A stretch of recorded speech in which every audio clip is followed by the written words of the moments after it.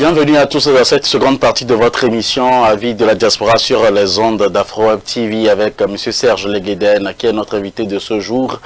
Merci à vous tous qui ne ménagez aucun effort pour partager cette émission avec les uns les autres. Nous allons en République centrafricaine pour parler politique à présent. Et depuis un certain temps, l'initiative d'une modification de la Constitution du 30 mars 2016 a été prise par une frange des mouvements des compatriotes divergent autour de ce projet de modification de cette loi mère tant que dans la classe politique qu'au sein donc de la société civile. Il s'agit bien évidemment donc de retoucher donc la Constitution de la République centrafricaine.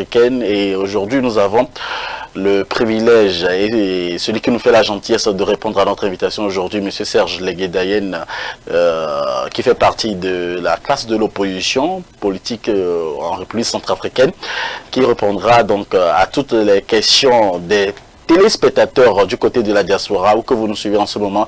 Vous pouvez aller également sur notre chaîne YouTube en direct, nous y sommes, pour également participer également à l'éclosion, surtout à des éclairages de la classe de l'opposition sur cet aspect et puis ces grands défis. Alors, Monsieur Serge Legueden, vous êtes au courant de toute l'information désormais et on va revenir un peu plus en arrière pour vous poser la question de savoir les raisons qui ont poussé donc à modifier la Constitution du 30 mars 2016.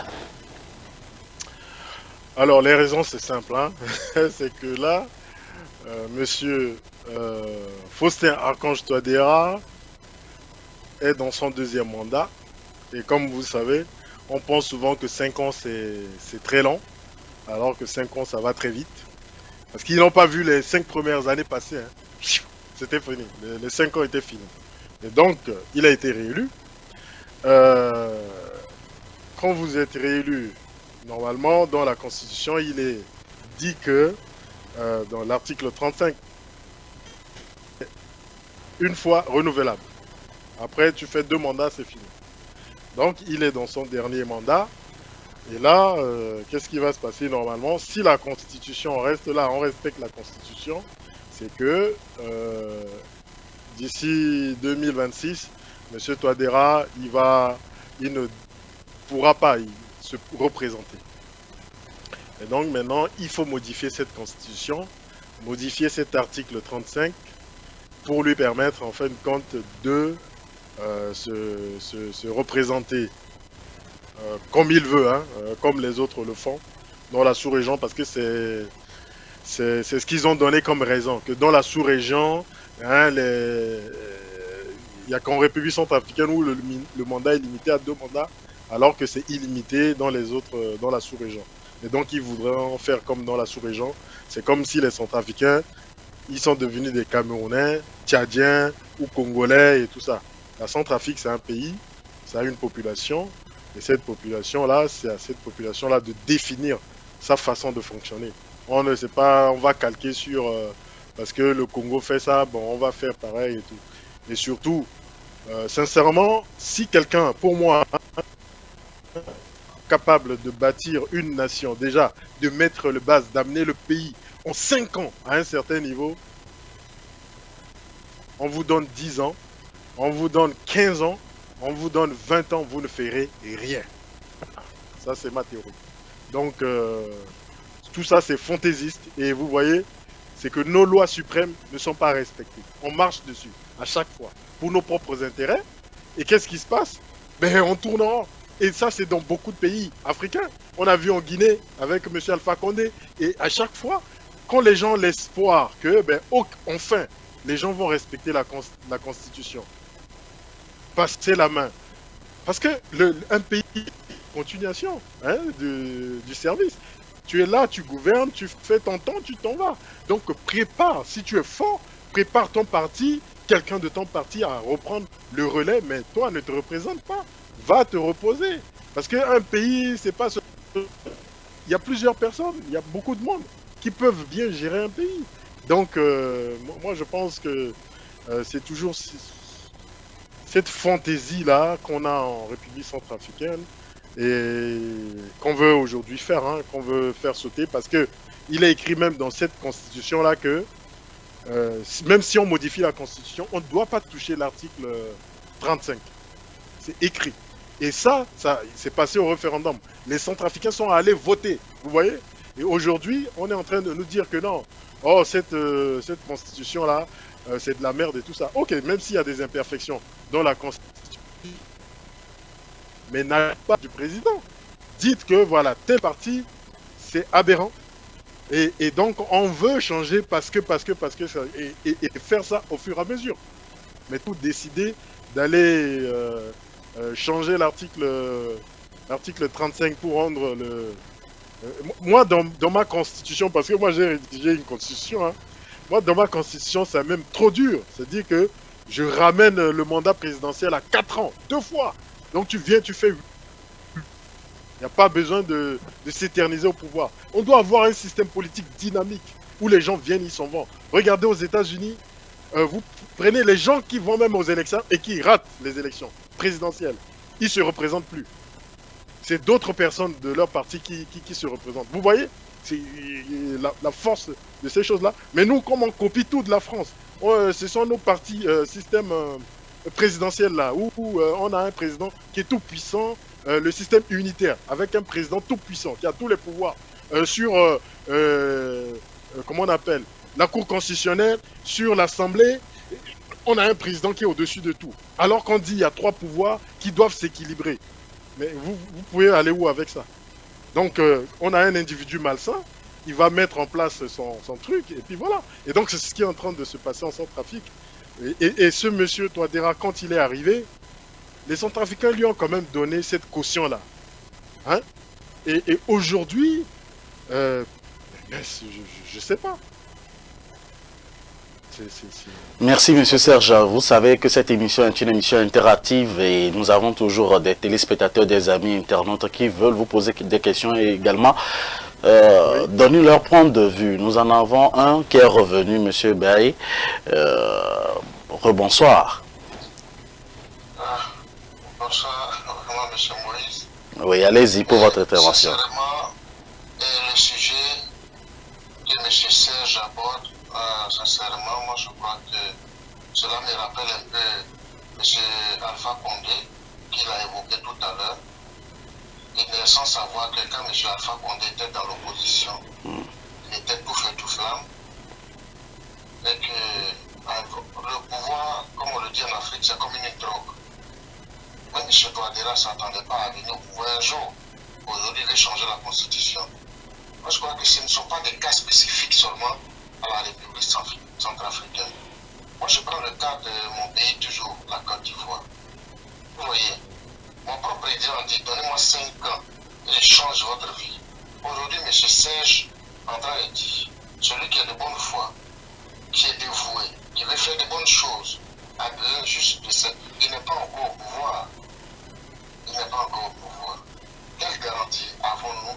Je ne cautionne pas les histoires de changement de constitution. Mais aujourd'hui, on a tellement entendu ce refrain. Aujourd'hui, à qui doit-on faire confiance? Aujourd'hui, M. Serge dit que M. Touadéra veut changer la constitution. Il a eu tout le temps de vraiment réfléchir et mûrir et de vouloir changer, de pouvoir changer quelque chose. Mais il ne s'est pas rendu compte que 5 ans, c'est bref. Et que c'est passé inaperçu. Et qu'il est dans le deuxième mandat, sachant, bon, c'est comme on dit, l'appétit vient en mangeant. Mais, personnellement, sans heurter M. Serge, quelle garantie avons-nous que M. Serge, si demain, Dieu fait grâce, il a assis sur le fauteuil présidentiel, que ce ne sera pas la même chose? Moi, je vous donne le cas. Les cas sont légion. Mon propre président en Côte d'Ivoire, qu'est-ce qu'il n'a pas dit? Aujourd'hui, nous en sommes au 3e mandat. Quelle garantie avons-nous avec M. Serge, puisqu'il est président des partis? L'Afrique doit changer. Oui. Quelle garantie avons-nous avec M. Serge? Oui. Merci, M. B. Je crois que M. Serge va répondre à votre question. M. Serge, vous pouvez répondre maintenant. Alors, la garantie que vous avez avec moi, c'est ma bonne foi. J'ai rédigé un programme Je pense que M. Moïse a eu le privilège de parcourir mon programme de long en large. Et dans ce programme-là, en fin de compte, ce que vous avez souligné dans la première partie de la vidéo avec nos systèmes unitaires, depuis les années 60, qu'on a calqué sur le modèle français, puisque ce sont les Français qui nous ont colonisés, ce système-là va fonctionner avec nous. Et donc, moi, je suis parti du fait qu'il faut mettre en place le système fédéral, de façon que toutes, chez nous, c'est les préfectures, on a 20 préfectures, que toutes les préfectures puissent participer, c'est-à-dire donner la possibilité à chaque préfecture déjà, c'est-à-dire mettre des gouverneurs. Ces gouverneurs-là, au niveau de chaque préfecture, ces gouverneurs-là ne sont pas élus. Je dis ne sont pas élus, ne sont pas nommés plutôt, comme les préfets aujourd'hui.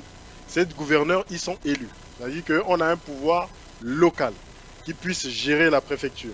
Ils ont ce qu'on a prévu mettre en place, le budget. Le budget de chaque préfecture, les recettes de chaque préfecture, 60% va à l'État fédéral, 40% reste localement pour permettre à cette préfecture-là de se développer. Parce qu'aujourd'hui, ce qui se passe, c'est que tout est centralisé à Bangui, en République centrafricaine. C'est que toutes les régions de la République centrafricaine, toutes les préfectures, les richesses que les préfectures produisent, tout l'argent va au trésor public à Bangui. Et c'est ce qui est décidé à Bangui que l'argent va dans les préfectures. Donc tout ça, on veut mettre fin à toutes ces choses-là. En fin de compte, j'ai rédigé carrément un document là-dessus. Peut-être que vous aurez la chance un jour de parcourir ce document-là. Et vous verrez tout ce que j'ai pensé avec mon équipe de Génération Doué. Parce qu'on a travaillé sérieusement. C'est une équipe, je représente le parti, mais c'est une équipe. Et vous verrez que ce sera à vous de vous faire votre propre... Est-ce que ces gens, avec la vision qu'ils ont, est-ce qu'ils sont de bonne foi ou pas? L'autre truc aussi, c'est que participer aux différents gouvernements qui sont mis en place en Centrafrique, où j'aurais pu composer avec le pouvoir en place, ou même voir composer avec les autres partis de l'opposition. Parce que moi, je mets, si vous voulez, il y a 3 situations en Centrafrique. Vous avez Génération Doué complètement isolée, vous avez le pouvoir en place, et vous avez comment on appelle, l'opposition, les partis de l'opposition. Mais nous, en fin de compte, on prend ces partis de l'opposition-là, plus le pouvoir en place, on dit que tout ça, c'est la même marmaille. C'est la même chose. Il n'y a pas de différence. Voilà. C'est des gens qui se connaissent, ils se sont relayés plusieurs fois. Ils ont été ministres, premiers ministres, ils se sont relayés, ils se connaissent très bien. Donc, ils se caressent à peu près dans le sens des poils. Aujourd'hui, si vous posez la question en Centrafrique, Génération Doué, c'est le seul parti où on est resté droit dans nos bottes. On dit on va se battre par rapport à notre idéologie. Si on y arrive, tant mieux. On mettra les choses en place. Si on n'y arrive pas, ça ne fait rien. Peut-être qu'on aura ouvert la brèche pour d'autres générations, ceux qui vont venir derrière.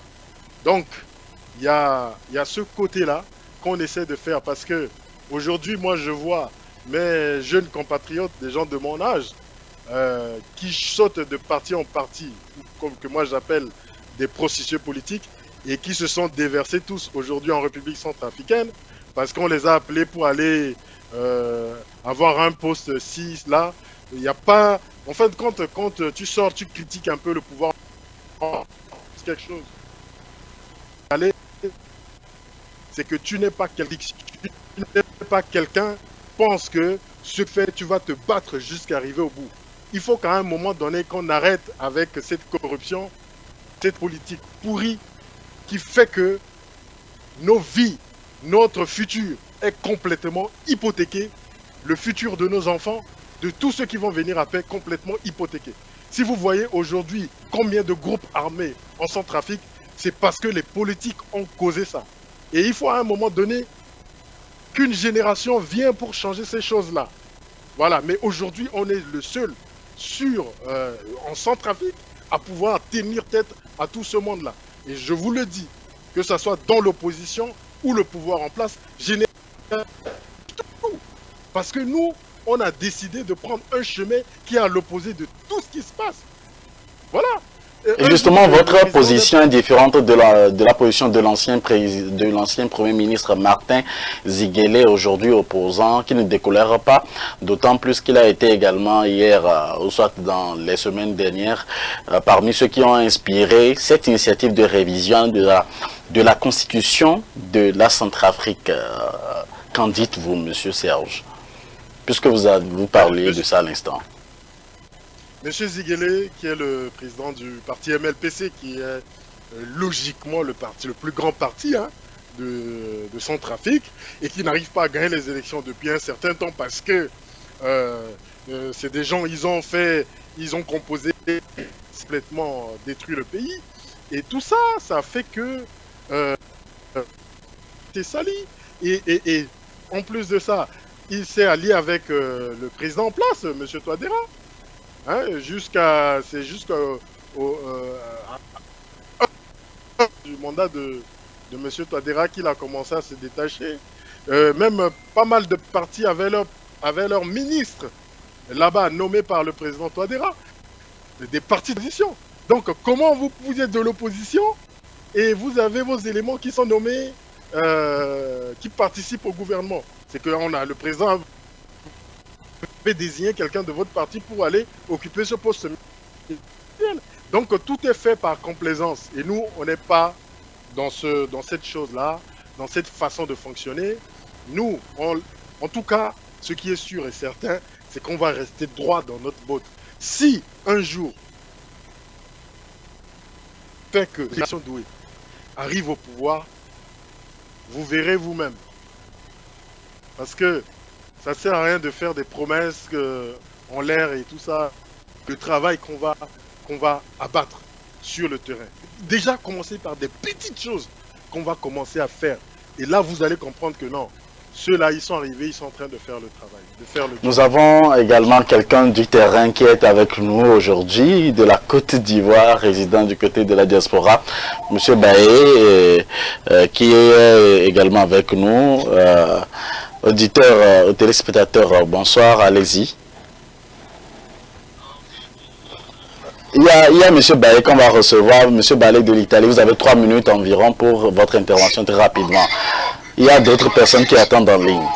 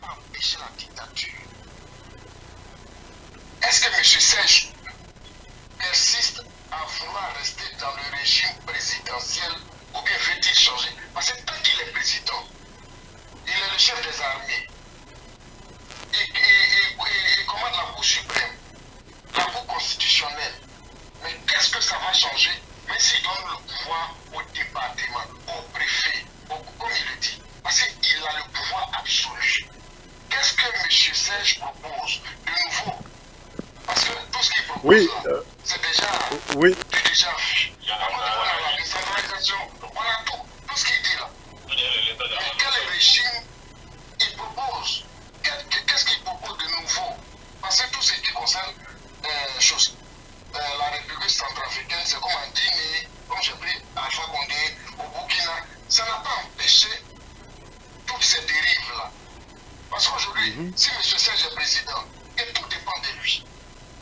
corruption, on doit faire les beaux yeux à M. Serge.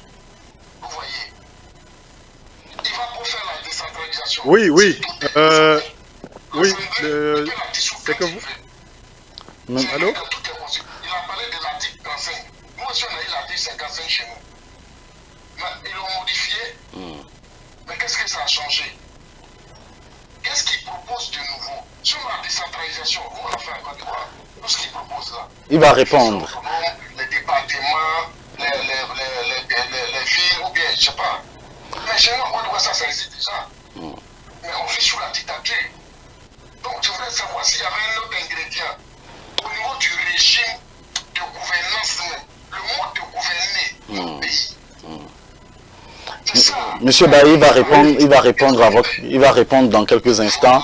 Il y a également un autre auditeur, téléspectateur en ligne qu'on va recevoir. Monsieur Bailly, merci de nous avoir appelé.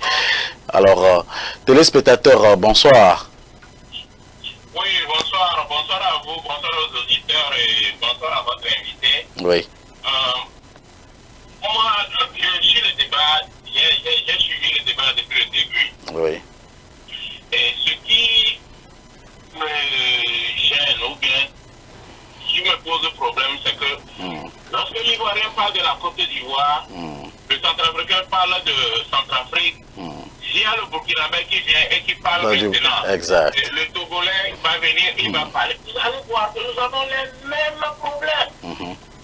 La justice qui n'est pas respectée, sous la corruption, il n'y a pas la loi qui intervient pour punir et sévir.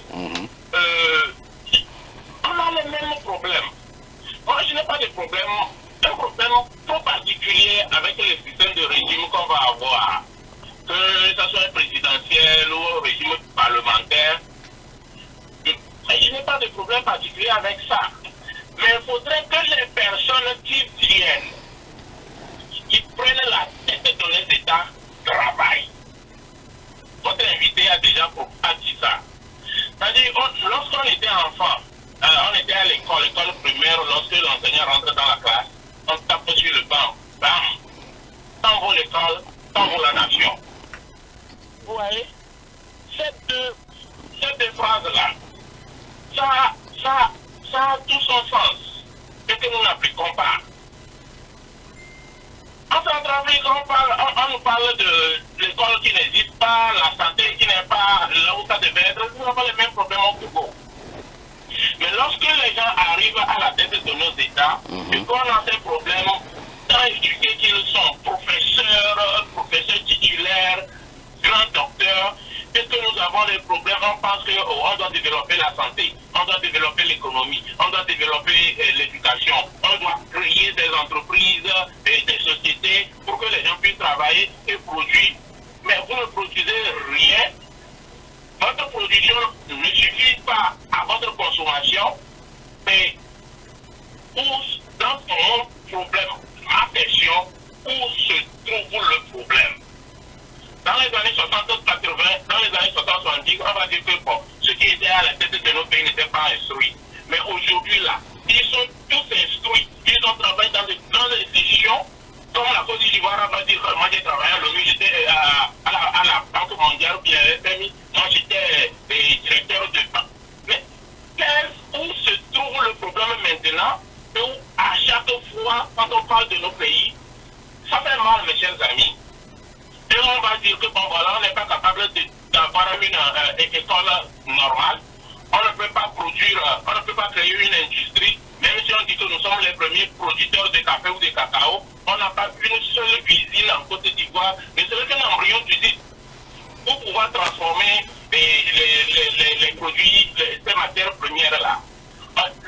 Votre invité a fait mention d'énergie, mais c'est vrai, vous ne pouvez pas développer un pays sans énergie. Vous ne pouvez pas développer votre économie sans avoir des routes.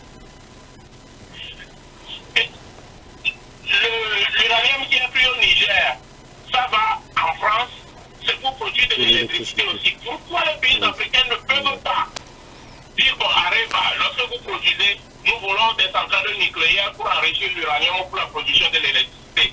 C'est où se trouve le problème? Est-ce une question de manque de volonté ou bien de manque de volonté, d'ambition, solution pour nos États, ou bien c'est le je m'en foutisme.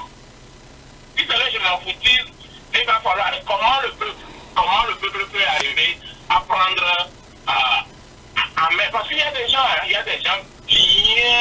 bien ancrés dans cette politique qui ont bien envie de faire quelque chose. Mais là aussi, il y a toujours problème. Vous avez évoqué le cas de la Guinée, mais je ne peux pas monopoliser la parole. Le monsieur, lorsqu'il était dans l'opposition, non pensait qu'il arrive au pouvoir, bon voilà, la libération de l'Afrique va venir de là, mais quand il est arrivé, on a vu tout ce qui en est suivi. Et récemment encore, l'imam Diko de Mali, par qui la révolution malienne est arrivée, regardez ce qu'il est en train de faire. Vous avez suivi son intervention la dernière fois? Qu'est-ce qui se passe quoi? C'est la malédiction ou bien quoi? Chers amis, c'est-à-dire que le problème se trouve quelque part, que nous ne détentons pas. Il y a quelque chose quelque part qu'on doit saisir et briser et qui va ouvrir, c'est-à-dire que c'est comme si nous dormons, qui va ouvrir nos yeux, qui va nous permettre de voir ce qu'il faut faire.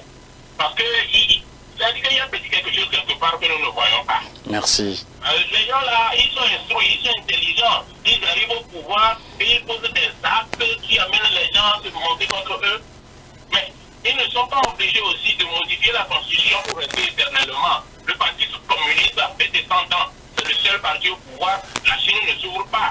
La Chine est développée. L'espérance de vie est passée de 37 ans à 73 ans aujourd'hui. Avec le même parti au pouvoir, et c'est des hommes qui changent à la tête de cet État-là. Donc, comme je vais me répéter encore, il y a quelque chose quelque part que nous n'avons pas encore décelé et il va falloir que l'on décèle ça. Parce que ce ne sont pas les régimes, ce ne sont pas les régimes présidentiels qui vont vraiment changer quelque chose en Afrique. Merci. La mentalité, la personne qui va venir. Et c'est quelque chose-là, on doit pouvoir détecter ça. Merci à vous de nous avoir appelés. J'ai toujours dit ça. La connaissance de l'histoire est très importante. C'est en Afrique que nous n'avons pas de spécialistes, par exemple, de la Chine, pour appliquer un régime, un système économique ou politique chinois en Afrique, dans l'un des pays africains. C'est les autres qui sont les spécialistes de la région des Grands Lacs. Spécialistes de Centrafrique, c'est des Blancs. Vous voyez? Donc là, je vais m'arrêter là. Merci. Pour dire que il faut que nos intellectuels, nos savants, même s'il faut aller dans le mystique là, aillent chercher ce qui ne va pas pour l'Afrique. Merci à vous. Merci. Merci à vous de nous avoir appelés sur le plus 1 319 462 89 79. Vous êtes dans votre émission Avis de la Diaspora avec Monsieur Serge Leguedayen que nous recevons depuis l'Europe par Duplessis. Il est le président du parti politique Génération Doué. Monsieur Serge Leguedayen également dans la même lancée. Il y a Monsieur Joseph Bidombi, président de la Ligue centrafricaine des droits de l'homme, qui a rappelé donc qu'une première tentative a été faite et qui a échoué. Et quand le président de la République a demandé à tenir un dialogue républicain, au cours de ce dialogue, des gens ont sorti l'idée de vouloir modifier la Constitution. Et on a vu également à cette première tentative qu'il y avait également des personnes des voix qui se sont levées. Et qu'en a fait votre parti politique Génération Doué? Alors déjà, nous, Génération Doué, on n'a pas participé au dialogue. On n'a pas participé au dialogue et je pense que c'était la société civile qui s'était levée. Alors, pour nous, c'est simple. C'est que on a déjà eu un dialogue en Centrafrique. Ça a toujours accouché d'une souris. Et que les gens parlent aujourd'hui, demain, ils ne sont pas capables d'appliquer eux-mêmes ce qu'ils ont dit, ce qu'ils ont préconisé. Chacun, celui qui arrive, botte en touche parce que ça dérange ses intérêts. Pour nous, c'était pas, comment dirais-je, c'était pas aller faire une dialogue pour aller faire une dialogue comme d'habitude, pour soit peut-être valider le pouvoir d'une personne et tout. Ça nous intéresse pas. Ça nous intéresse pas. Et ce que comment on appelle c'est la société civile en fin de compte qui était dans ce débat-là, Oui. où les gens, ils ont bloqué, hein, ils ont bloqué carrément, en tout cas, ça a failli finir en queue de poisson, parce que ben, ils ont voulu introduire dans le dialogue l'histoire de la modification de la Constitution. Donc, la société civile l'a bloqué. La société civile, je pense que traverse une situation un peu difficile en Centrafrique, parce que que ce soit avec les arrestations ou les assassinats en douce, hein, c'est-à-dire des empoisonnements, tout, je pense que c'est pas évident aujourd'hui pour ces personnes-là qui sont et de faire l'ambiance est très morose en Centrafrique. Et nous, la génération douée, qu'est-ce qu'on a fait? C'est de dénoncer. De dénoncer, parce que même, j'ai arrêté de dénoncer parce que je suis fatigué. J'ai essayé de prendre 5 ans de ma vie pour essayer de faire des vidéos, pour expliquer à notre population comment est-ce que déjà les institutions fonctionnent, qu'est-ce qu'est le budget d'un État, comment est constitué le budget d'un État, parce que toutes ces choses-là, les gens ne maîtrisent pas. On va dans l'Assemblée, quel est le rôle d'un député? Parce que les députés, quand ils vont aux élections, ils promettent aux électeurs des écoles, des hôpitaux. Alors que c'est le travail de l'exécutif, puisque c'est l'exécutif qui détient la finance. Le député, il est là pour légiférer. Donc, ramener les problèmes de sa circonscription à l'Assemblée, poser les questions au gouvernement qui est l'exécutif, de dire voilà, il y a tel problème comme ça dans mon secteur, qu'est-ce que vous avez mis en place pour pouvoir résoudre ce problème-là? Bon, comme ça qu'une démocratie fonctionne. Mais si vous prenez beaucoup dans les études, tout est biaisé dans nos têtes. On ne sait pas trop comment les institutions de l'État fonctionnent. Donc on a passé du temps à faire ça, à expliquer, essayer d'expliquer, de faire de la pédagogie et tout. Même d'aller souvent le pouvoir en place pour dire, voilà, ce que vous êtes en train de faire, il y a d'autres voies. Essayez ça au moins. Les gens n'ont jamais essayé. Vous voyez, je vous donne un exemple.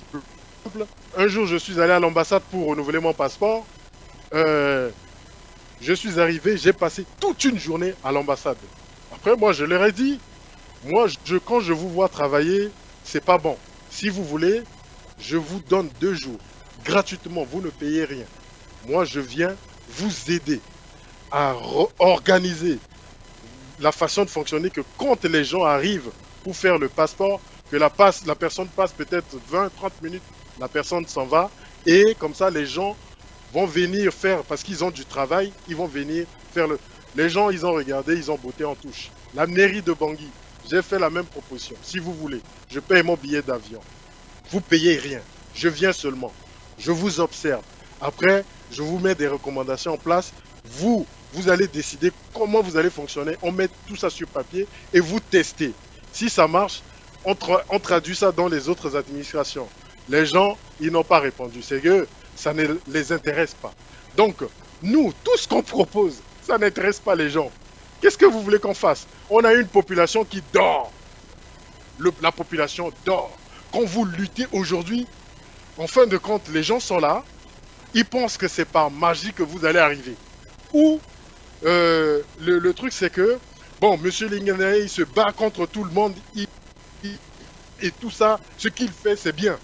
Mais tu ne verras jamais personne faire un chèque pour dire, voilà, on envoie 50 € à Génération Douée parce qu'on sait que Génération Douée, demain, ira aux élections et que ces 50 € là, ça va leur permettre de payer des choses et tout ça, déjà le matériel même, pour faire un meeting et tout ça. Non.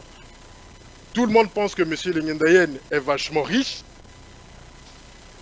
et que son travail, c'est d'aller distribuer de l'argent aux gens et tout ça. Donc on essaie d'éduquer, de faire de l'éducation vis-à-vis des gens. Mais les gens sont cloîtrés chez eux. Les gens ne bougent pas. Les gens pensent que c'est en restant chez eux. Et qu'il n'y a que ceux qui crient là, ce sont eux-là qui vont changer les choses. Non!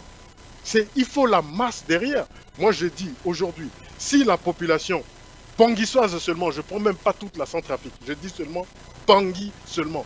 Si Bangui aujourd'hui décide que le mandat de Touadéra va finir, ça va finir. Vous voyez? Ça va finir. Alors, monsieur Serge Leguéden, très rapidement, que répondez-vous à ceux qui disent que les hommes doivent s'adapter à la loi? Répondez en 30 secondes. Les hommes doivent s'adapter à la loi, c'est-à-dire?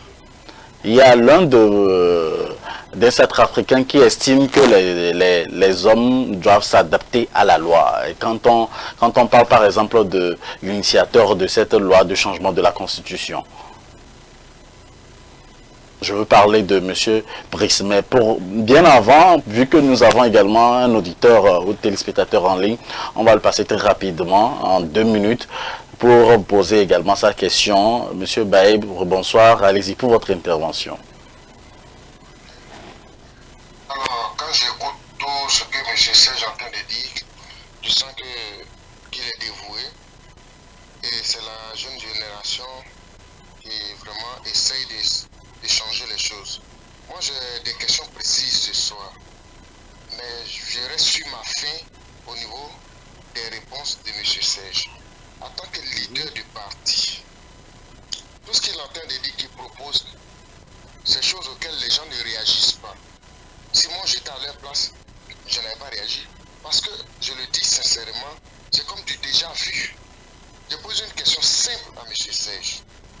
Oui. Si M. Serge aujourd'hui devient président, honnêtement, qu'est-ce que M. Serge ferait pour avoir un contre-pouvoir dans son pays?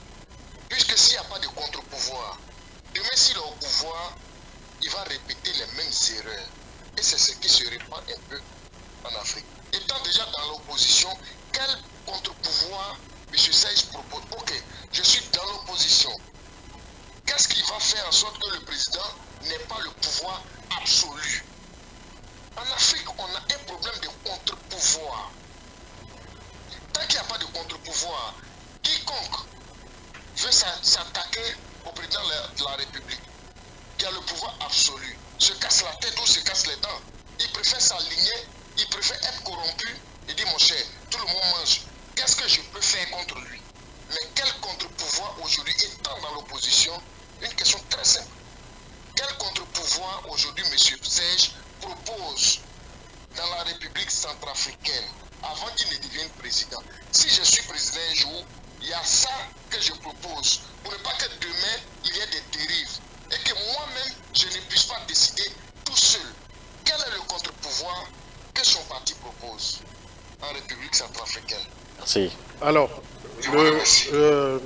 oui, donc je vais répondre à la question. Hein, Oui, allez-y. Oui. Alors, j'avais parlé du système fédéral. Si vous voyez, aujourd'hui, nos pays fonctionnent avec le système unitaire, avec un président tout-puissant. Et ça, on l'avait déjà détecté, qu'un président tout-puissant, ça ne peut pas arranger les choses. Donc, il faut essayer d'équilibrer les pouvoirs. Équilibrer les pouvoirs, ça veut dire que donner de l'importance au pouvoir judiciaire et donner du pouvoir au Congrès.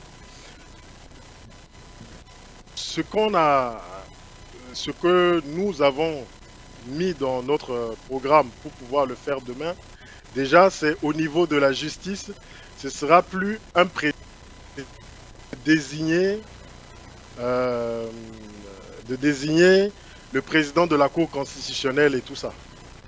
On a prévu mettre en place une élection. Et donc ceux qui vont être élus, ils vont aller siéger à la Cour constitutionnelle. Et ils vont désigner leur président.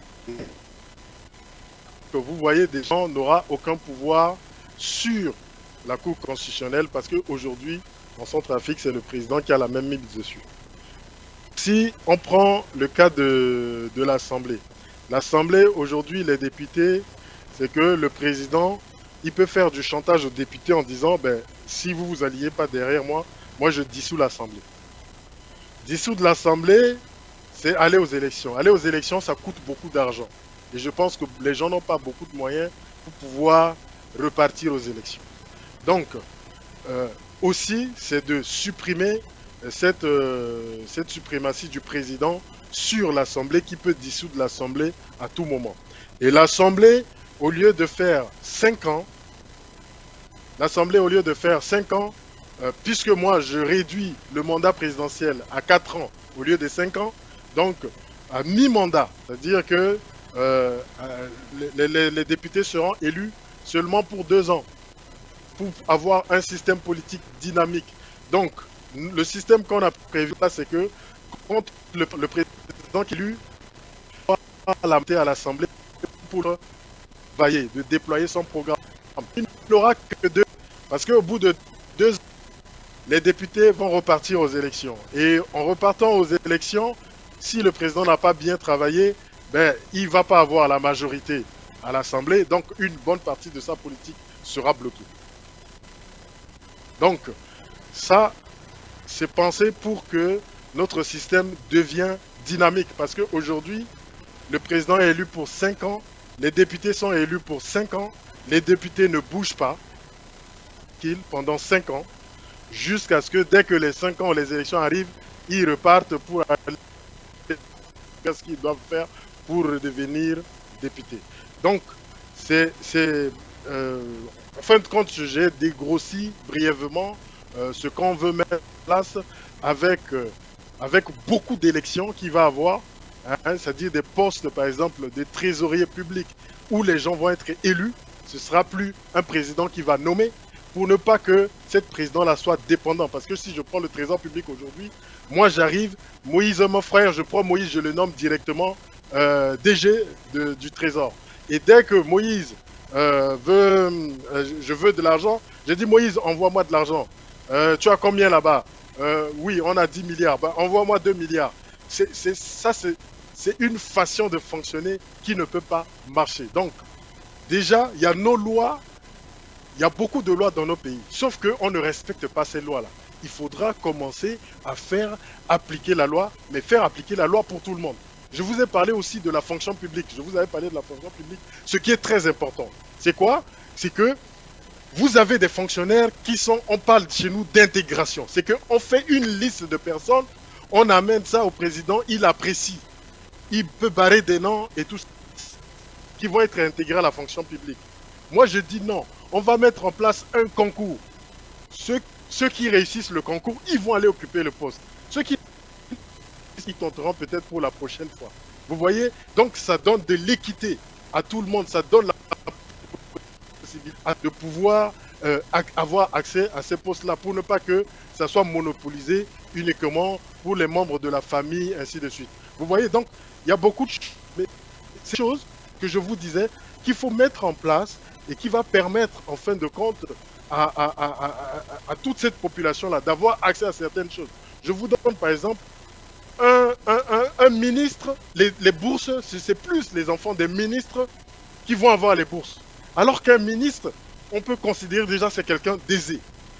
La bourse, normalement, c'est pour des gens qui viennent de loin, du village, des provinces et tout ça. Et normalement, la bourse leur est destinée pour leur permettre de vivre et de faire les études. Or, la bourse est donnée prioritairement aux enfants des ministres et tout ça. Donc, c'est toutes ces petites que nos sociétés commencent. Et si on commence à régler ces petits problèmes-là, en fin de compte, on commence à donner la possibilité on commence à donner la possibilité. On commence à donner la possibilité à tout le monde, quoi, toute la population. Donc vous voyez, c'est beaucoup de petites choses qu'on aimerait mettre en place pour pouvoir changer cette façon de faire et que on remet le pouvoir au peuple, parce que les élections, c'est le peuple qui va élire. Le gouverneur sera élu dans sa préfecture. Et comme il sera élu dans sa préfecture, c'est les gens de sa préfecture qui vont élire, qui vont le désigner. C'est pas un prix décide là-bas de le nommer. Donc, moi, ce que je compte faire demain, c'est de réduire un peu tous ces pouvoirs du président de façon que le président puisse rendre compte à la cour, devant la cour constitutionnelle, et parce que nous on parle de cour suprême, hein, de justice, Oui. et et aussi devant le Congrès. Vous voyez? Et j'ai prévu pour le Congrès, parce qu'aujourd'hui on n'a pas de sénateurs, mais dans notre programme on a prévu mettre les sénateurs. Il y aura 2 sénateurs élus dans chaque préfecture qui vont en fin de compte siéger au Sénat et qui vont défendre les intérêts de chaque préfecture. Donc tout ça pour essayer d'équilibrer le pouvoir, qu'on ne puisse pas avoir un président comme aujourd'hui qui a la même mise sur tout et qui peut faire ce qu'il veut. Voilà, je ne sais pas si... merci monsieur Serge. Nous allons recevoir pour une dernière fois l'auditeur qui vient de rentrer en ligne. Alors monsieur Baé, en 1 minute, posez votre question ou votre intervention en 1 minute. C'est plus une question, je suis vraiment fier de monsieur Serge.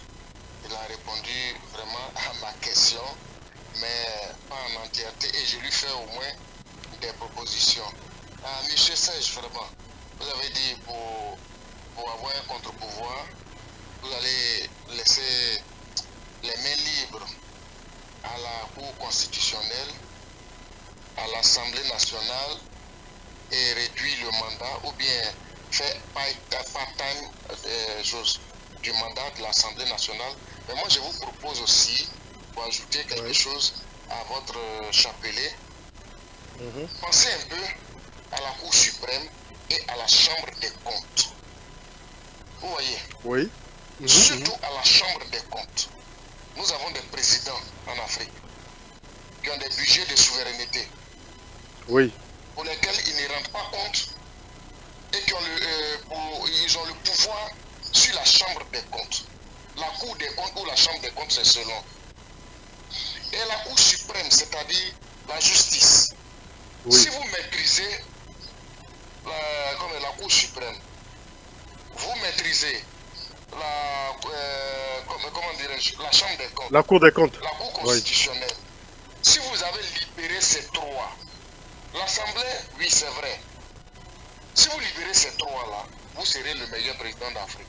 Mais tant qu'un président n'a pas eu le courage de donner plein pouvoir et d'être affronté à la justice, oui, par ces institutions-là, moi je crois que tout ce que vous allez chanter, ce sera simplement du déjà vu, ce sera toujours la même musique.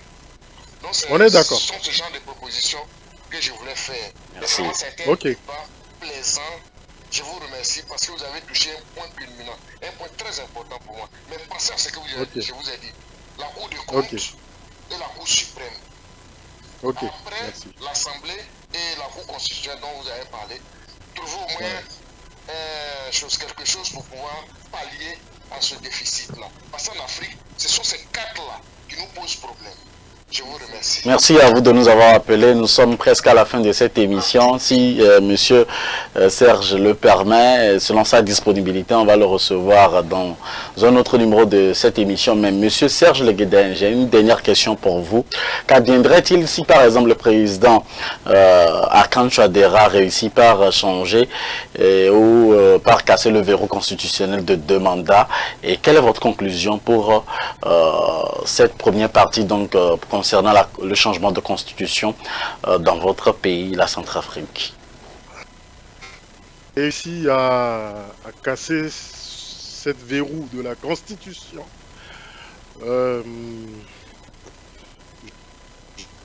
Viendra, en toute sincérité. Je ne peux pas prévoir le futur, mais ce ne serait pas quelque chose de bien pour nous en Centrafrique. Parce que ça va encore amener à autre chose, et surtout qu'on a subi la guerre. La guerre la plus dure qu'on a eue, c'est en fin de compte, on a vraiment beaucoup de mal à se relever de ça. Et si ça continue encore, c'est vraiment dommage parce que bon, c'est le bas peuple toujours qui paye les pots cassés, quoi. Vous prenez les gens qui sont en province, c'est toujours les victimes, quoi. Et c'est ça qui est dommage. Malheureusement, les gens qui sont au pouvoir, ils sont devenus complètement insensibles à ça. Parce que c'était aussi ce qu'on attendait du président Touadéra, de sécuriser complètement le territoire centrafricain. Il avait parlé de l'armée de projection. Et il avait parlé de l'armée de projection.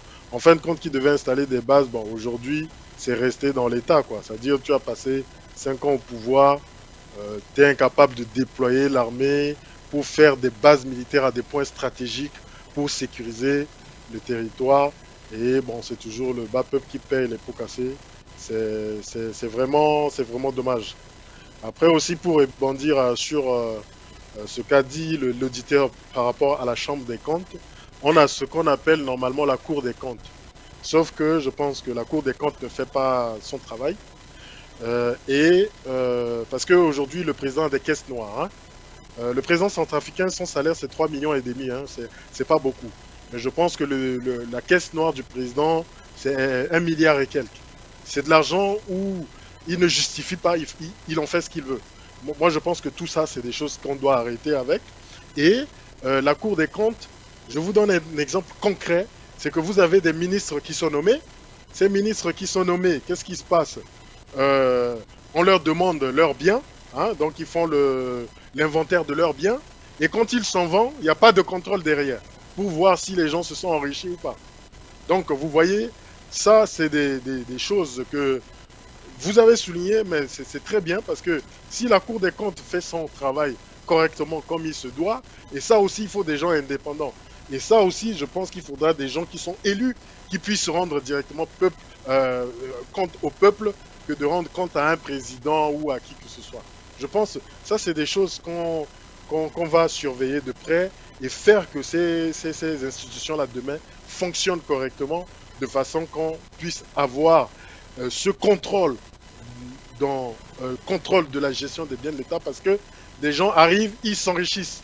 Tout d'un coup, on nomme quelqu'un ministre, son salaire c'est seulement 1,5 million, mais tu le vois, il est en train de bâtir des villas de 2 milliards de francs CFA.